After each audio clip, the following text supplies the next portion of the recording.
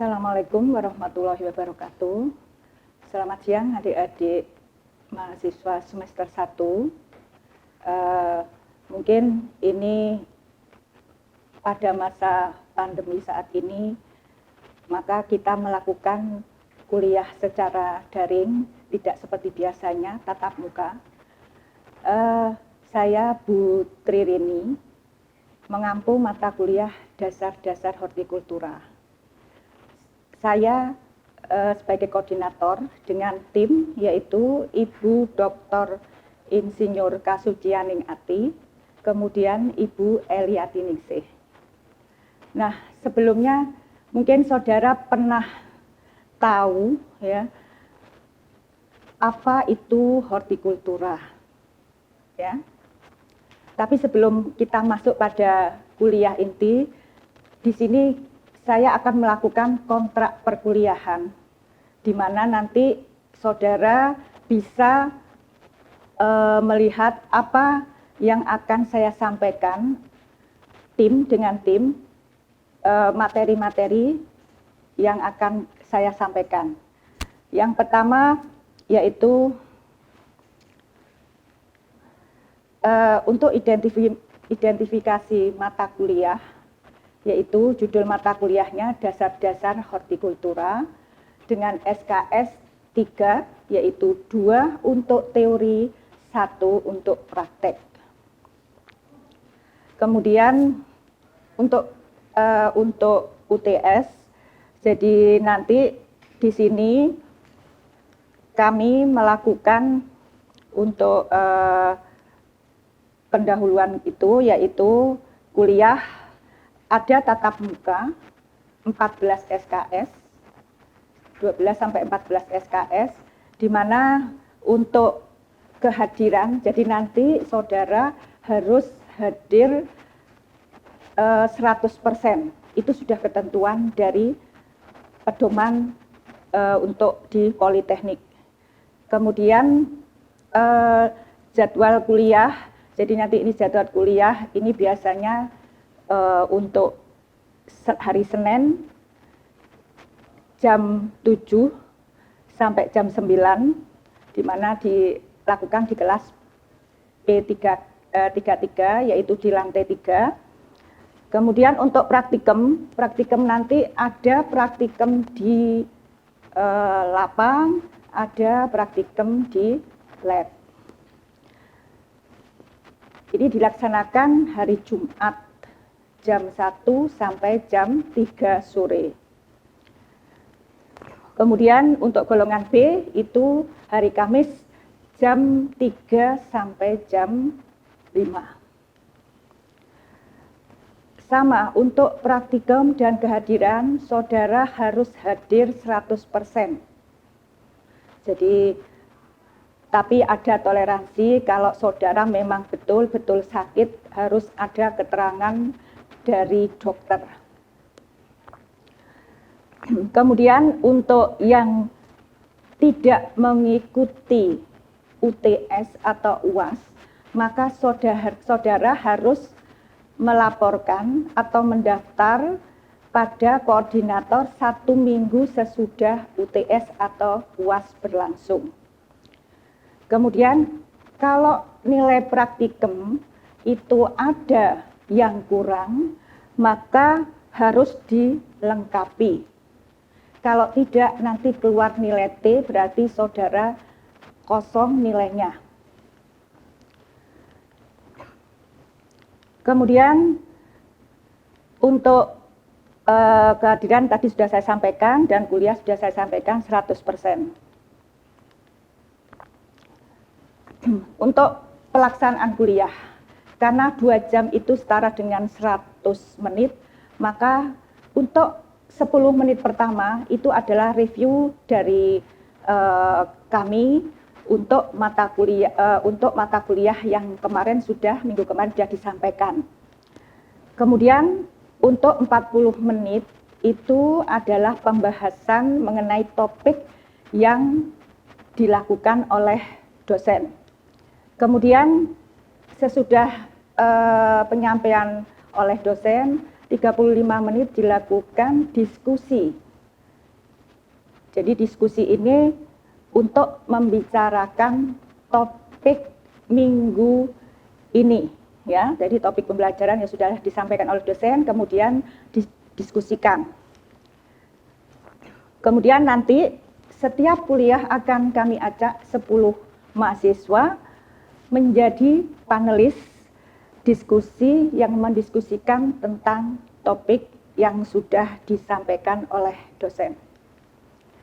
Kemudian 15 menit terakhir yaitu penguatan atau kesimpulan dari dosen tentang topik yang sudah dibicarakan tadi. Jadi nanti perkuliahan nanti masing-masing panelis akan membuat rumusan, kemudian disampaikan, didiskusikan di luar jam kuliah. Untuk evaluasi, itu evaluasi ada praktikum, kemudian ada UTS dan UAS, kemudian ada tugas untuk individu, kemudian nilai tugas membuat pertanyaan yang sudah dibuat pada saat kuliah dilakukan. Kemudian karena ada diskusi di situ, maka proses diskusi juga akan kami nilai. Kemudian untuk tugas yang dikumpulkan pada saat UTS, yaitu topiknya mengenai prinsip dasar keberhasilan teknik produksi tanaman hortikultura. Kemudian untuk laporan praktikum, nantinya saudara akan mendapatkan buku yang digunakan untuk mencatat hasil-hasil praktikum, yaitu berisi waktu praktikum, kemudian acara praktikum, kemudian nanti hasilnya bagaimana dan harus dibahas. Sistem penilaian, jadi nanti untuk UTS atau ujian tengah semester itu 30%, kemudian untuk ujian akhir semester itu 30%, kemudian untuk tugas itu 20%, kemudian untuk kuis itu 20%. Kemudian nilai kalau lebih dari 80 itu nilai saudara A, tetapi kalau di bawah 80 yaitu 76 sampai 80 itu AB, kemudian untuk 71 sampai 75 itu B, dan 66 sampai 70 itu BC, kemudian 56 sampai 65 D. Untuk yang di bawahnya, jadi di bawah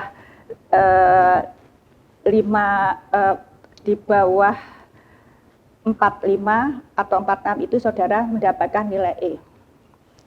Kemudian ini kontrak perkuliahan yang harus saudara tahu, yaitu untuk yang pertama, karena untuk pertama itu koordinator yang harus masuk, jadi nanti saya akan 5 kali tatap muka dengan judul topik mengenai pengertian ruang lingkup, kemudian tahapan budidaya dan bahan taman. Kita mulai mungkin untuk pada materinya, yaitu apa sih dasar-dasar hortikultura itu? Mungkin ada yang tahu. Nantinya saudara nanti tulis ya, apa itu dasar-dasar hortikultura. Sediakan buku catatan ya, catat yang memang penting untuk dilakukan. Jadi seperti saudara tahu bahwa komoditas hortikultura itu merupakan komoditas yang menjadi prestis dari suatu negara. Jadi apabila perkembangan komoditas hortikultura itu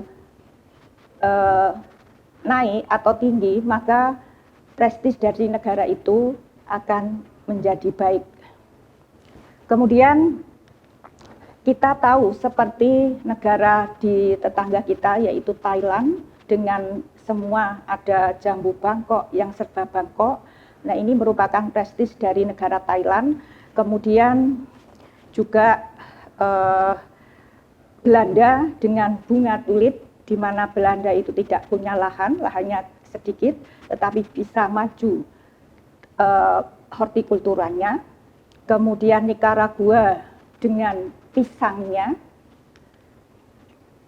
dan Israel yang negara yang bergurun, padang pasir, tetapi pengembangan hidroponiknya pesat, bagus, sehingga untuk kebutuhan hortikultura Israel sudah lebih maju. Nah, ini adalah materi nanti yang akan kami sampaikan, ya. Jadi nanti ini mulai dari arti penting hortikultura sampai nanti untuk panen dan pasca panen. Jadi nanti di situ saudara akan mempelajari mengenai perkembangan hortikultura baik di dunia maupun di Indonesia, kemudian tahapan di dalam budidaya hortikultura tentunya akan berbeda dengan tanaman lain seperti tanaman pangan dan perkebunan serta tanaman hutan. Sehingga di sini karena untuk tanaman hortikultura memang spesifik sekali, di mana tanaman hortikultura ini mempunyai ciri-ciri yang mungkin tidak dipunyai oleh tanaman yang lainnya, jenis tanaman lain. Nah, apa sih hortikultura itu? Jadi hortikultura itu merupakan bertanam tidak di pekarangan atau di kebun. Jadi hortus itu adalah garden atau kebun, dan color itu adalah budidaya. Jadi kalau kita berbudidaya di kebun dengan lahan yang terbatas, itu bisa kita lakukan. Kemudian ditinjau dari fungsinya, karena hortikultura ini mempunyai fungsi yang sangat bermanfaat untuk kita manusia terutama, yaitu sebagai kebutuhan jasmani. Jadi sebagai sumber vitamin, mineral, kemudian buah dan sayur. Jadi dan juga karena apa? Karena kalau sumber vitamin itu kan hanya didapat dari sayuran, buah-buahan. Kemudian kebutuhan rohani. Seperti kalau kita melihat tanaman hias, yang kita lihat itu adalah apa? Kepuasan apa? Kepuasan rohani. Ya. Jadi kepuasan rohani yang akan kita dapatkan kalau kita memandang tanaman hias ataupun ornamental taman. Kemudian dari segi estetika, jadi dari segi estetika, di situ kalau kita bisa menata halaman kita atau mungkin kebun kita, maka di situ kita akan mendapatkan menemui nilai keindahan dari suatu mungkin rumah atau taman atau yang lainnya. Nah, yang mencakup hortikultura itu apa saja sih? Yang pertama yaitu buah-buahan, kemudian sayuran, kemudian tanaman obat, kemudian tanaman hias. Nah, hortikultura itu tentunya kenapa kok sangat mempunyai nilai prestis, karena di situ hortikultura berperan untuk memperbaiki gizi masyarakat. Jadi vitamin, mineral itu kan tidak dibutuhkan banyak seperti tanaman pangan, tetapi harus ada sedikit tetapi harus terpenuhi. Jadi seperti sayuran, buah-buahan, tidak yang kita butuhkan kan tidak sebanyak tanaman pangan seperti padi, jagung, dan lain sebagainya. Kemudian menambah devisa negara, karena memang nilai jual dari tanaman hasil dari hortikultura itu memang tinggi. Kemudian dapat memberikan kesempatan kerja, karena memang untuk berbudidaya atau melakukan suatu usaha hortikultura itu memang kita memerlukan tenaga kerja yang banyak karena harus dikerjakan secara intensif, di mana mulai dari persiapan tanam sampai panen dan pasca panen itu membutuhkan tenaga kerja. Kemudian meningkatkan pendapatan petani.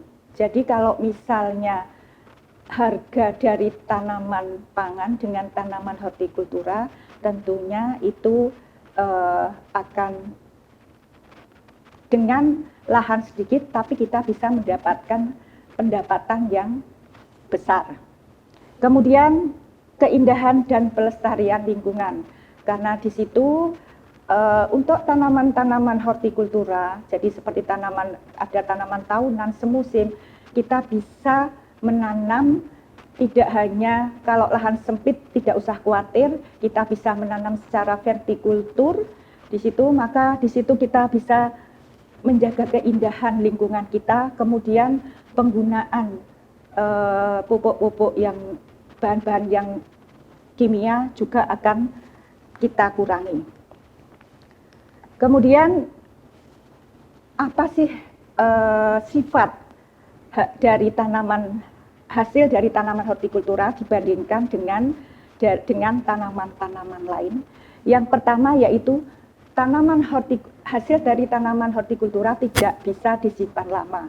Jadi seperti sayuran kan kalau habis panen harus dilakukan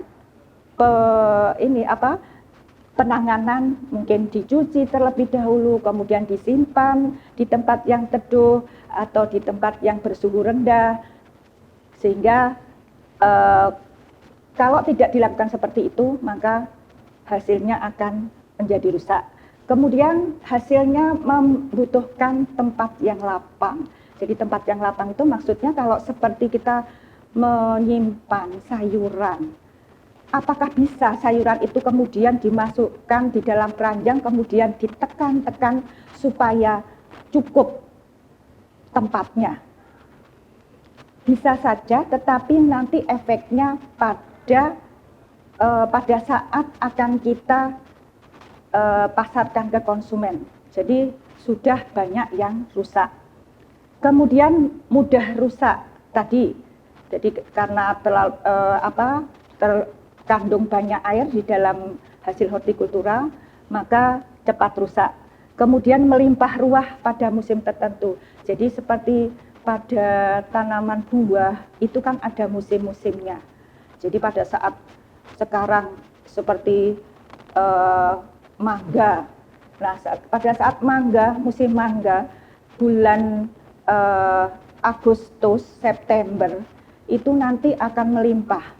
Tetapi pada bulan-bulan yang lain dia akan kurang. Kemudian fluktuasi harga yang tinggi. Jadi kalau panen itu pada saat meruah pada musimnya, maka harganya akan rendah. Tapi pada saat langka, maka harganya akan naik, sehingga terjadi fluktuatif pada harga.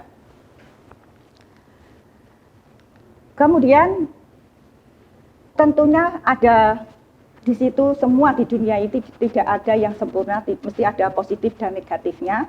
Nah, di sini juga di tanaman hortikultura ada permasalahan yang kita hadapi, yaitu bagaimana kita mempertahankan kualitas, kemudian kuantitas, dan kontinuitas. Ini yang harus kita selesaikan permasalahan ini. Kemudian biasanya lahan yang ditanami untuk tanaman hortikultura itu biasanya lahannya sempit. Tetapi untuk saat sekarang ini lahan sempit tidak bermasalah. Kita bisa menanam secara vertikultur, yang sekarang dengan istilah urban farming, jadi pertanian di perkotaan. Kemudian usaha tani tidak efisien, karena kalau sedikit tentunya untuk usaha taninya juga kurang efektif. Iklim usaha kurang kondusif. Jadi untuk untuk usaha ini hortikultura itu memang membutuhkan iklim-iklim tertentu. Kemudian ketergantungan pada alam tinggi.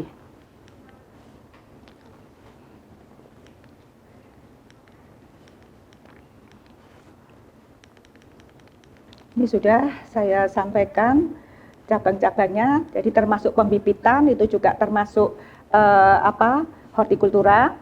Nah, untuk kita bisa memproduksi tanaman hasil yang tinggi, maka di situ harus ada input atau masukan yang tinggi, seperti misalnya bibit unggul, kemudian penggunaan pupuk, kemudian pengendalian hama penyakit, kemudian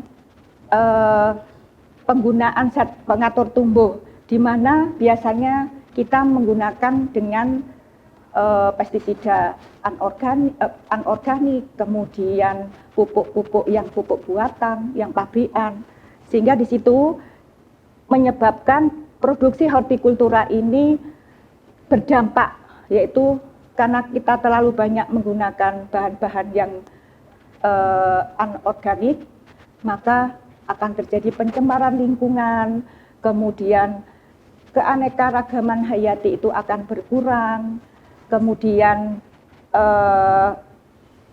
resistensi hama itu akan menjadi tinggi, kemudian residu akan menjadi besar, dan tentunya akan menambah efek rumah kaca, dan sehingga akan mengurangi lapisan ozon. Nah, solusinya yaitu kita harus menggunakan GAP, di mana pada GAP ini kita harus menggunakan bahan-bahan yang berwawasan lingkungan. Kemudian kita melakukan pertanian berkelanjutan. Yang penting juga karena kita banyak tersedia baik itu peternakan ataupun mungkin tanaman-tanaman, maka kita melakukan pertanian organik. Kemudian untuk mengurangi kerusakan tanah kita melakukan minimum tillage dan lain-lain. Nah, ini fluktuasi hasil hortikultura, di mana karena memang terjadi pada saat tertentu itu tinggi, kemudian pada saat musim-musim tertentu akan rendah. Jadi ini karena mungkin bisa sifat tanamannya, kemudian musimnya, kemudian serangan hama penyakitnya, dan lain sebagainya. Jadi solusinya kalau untuk tanaman hortikultura itu harus ada dilakukan pemangkasan. Misalnya pada tanaman buah, kemudian pada tanaman tomat, kemudian penanaman di luar musim, supaya tidak hasil produksinya melimpah sehingga harganya turun. Kemudian kita melakukan pemupukan. Kalau bisa pemupukan kita menggunakan pupuk organik. Kemudian pemasangan mulsa untuk menghindari serangan mungkin penyakit dari tanah, cipratan dari air tanah, kemudian pengendalian hama penyakit tanaman. Ini merupakan potensi dari Indonesia. Kenapa Indonesia kita mengharapkan bahwa hortikultura ini nantinya akan berkembang, karena negara kita terletak di Katulistiwa, kemudian letaknya itu terletak di antara negara-negara yang memang membutuhkan tanaman hortikultura, kemudian jumlah penduduk yang besar. Jadi jumlah penduduk yang besar itu menjadi pangsa pasar kita. Kemudian sumber hayati yang melimpah itu juga akan menyebabkan potensi untuk pengembangan hortikultura. Kemudian tentunya SDM kita yang melimpah. Nah, memang SDM kita kalau dibandingkan dengan negara lain itu untuk upah itu memang relatif rendah dibandingkan dengan negara-negara di sekitar kita.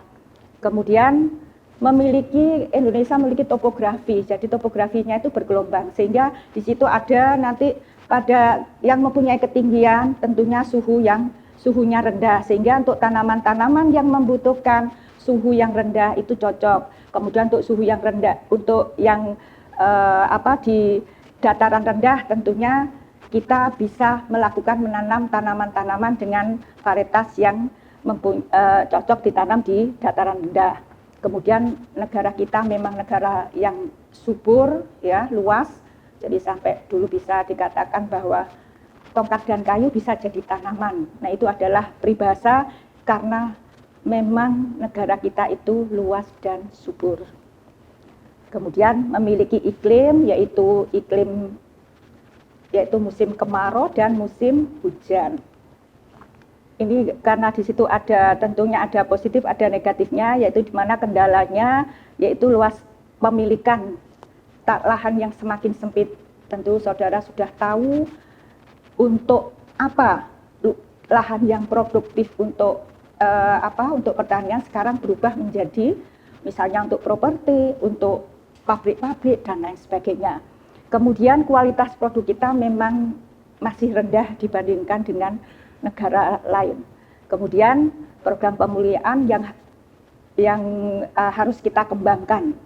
Kemudian usaha tani kita masih konvensional. Kenapa? Biasanya memang para petani itu tidak menghitung tenaga kerja keluarga atau dirinya sendiri, sehingga dia yang penting menghasilkan. Jadi dia masih secara konvensional untuk melakukan usaha taninya. Kemudian yang jelas modal usaha ini juga akan menjadi kendala, meskipun mungkin ada peminjaman dari bank-bank dengan bunga yang rendah, kemudian fluktuatif harga yang tinggi, kemudian perencanaan produksi belum baik. Jadi untuk langkah pengembangannya yaitu memperbaiki teknik budidaya. Nah, ini yang harus kita lakukan. Tadi menyempurnakan sistem dan manajemen usaha pertanian, kemudian perbaikan infrastruktur, baik itu untuk infrastruktur untuk transportasi, karena memang transportasi ini merupakan kebutuhan penting untuk pengangkutan hasil hortikultura, kemudian pemilihan dan penerapan teknologi. Jadi bisa kita terapkan kalau misalnya lahan sempit kita bisa menggunakan dengan hidroponik, kemudian dengan vertikultur, dan lain sebagainya. Kemudian yang utama yaitu kalau kita sudah bisa menanam, kemudian menghasilkan, hasilnya sudah baik, tetapi dalam penanganan pasca panennya kita kurang baik, maka nanti ini akan menjadi kendala untuk pengembangan hasil hortikultura. Kemudian tantangan dan peluang. Jadi sudah mungkin hampir sama. Nah, ini peluang pasaran dalam negeri bagi komoditas hortikultura ini diharapkan akan semakin meningkat. Dan tentunya akan meningkatkan pendapatan masyarakat dan juga akan meningkatkan kesadaran tentang perbaikan gizi. Kemudian untuk ini adalah tanaman hortikultura itu bisa seperti jagung. Jagung itu kalau kita panen masih muda ada dua. Jadi sebagai jagung sayur atau jagung putri atau baby corn, kemudian digunakan sebagai jagung rebus seperti jagung manis, itu masuk di dalam tanaman hortikultura. Tetapi kalau kemudian jagung itu dipanen dalam kondisi sudah tua, maka masuk dalam tanaman pangan.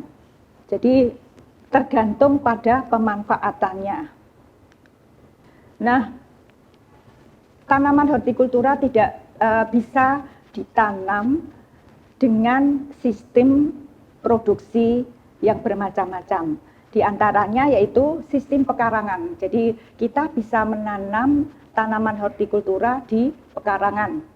Tentunya kalau pekarangan itu kita lahannya terbatas ya dengan ukuran tertentu. Kemudian kita bisa juga menanam secara sistem agroforestry. Jadi menanam tanaman hortikultura di antara tanaman-tanaman hutan. Mungkin seperti di daerah Tempurejo, di di hutan milik perhutani, maka di bawahnya itu digunakan untuk menanam tanaman obat-obatan. Ya, jadi sistem agroforestry. Kemudian sistem monokultur buah skala kecil. Jadi memang yang ditanam hanya buah-buahan saja, kemudian satu jenis dalam skala yang kecil. Kemudian sistem tumpang sari antara pohon buah-buahan dengan tanaman lain. Jadi seperti misalnya kalau kita lihat misalnya untuk